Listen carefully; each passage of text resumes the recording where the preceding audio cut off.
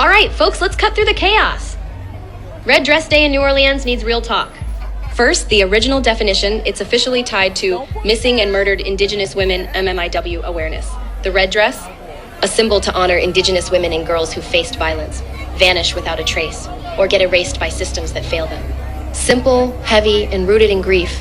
So why'd it get ruined? Let's call it like it is. LGBTQ folks, especially queer men in red dresses, took over the narrative. Here's the sharp truth. For them, it's less about MMIW and more about gender rebellion. I wear a dress, so what? And visibility. Look at us, we exist too. But here's the clash. Their spotlight often drowns out the original pain.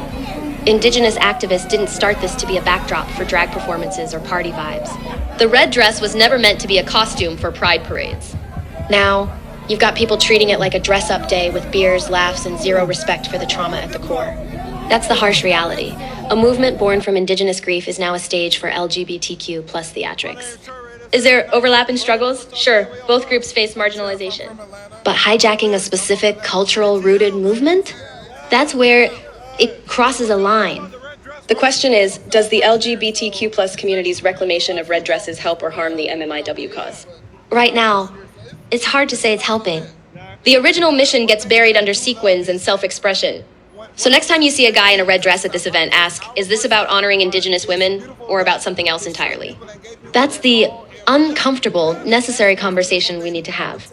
It's not about pointing fingers, just about remembering where it all began. Those red dresses weren't stitched for parades. They were stitched for voices that went silent. Can fun and purpose mix?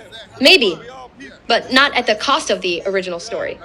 Next time you lace up those red heels or zip up that red gown pause, think about the women whose names we should be shouting, not just the fun we're having. That's the line between celebration and erasure. And it matters. Some say, at least people are showing up. But showing up for what? If the crowd's here for selfies instead of solidarity, the dress loses its weight. Indigenous communities don't need a party. They need action policy, accountability, change. So when the music fades and the dresses come off, what's left? That's the test. Can we honor the roots while making space for new voices? It's possible, but not easy. It means listening more than talking, centering the stories that started it all. The red dress is still a symbol. Let's make sure it symbolizes what matters most. That's all for now. Think on it. And maybe pass it on.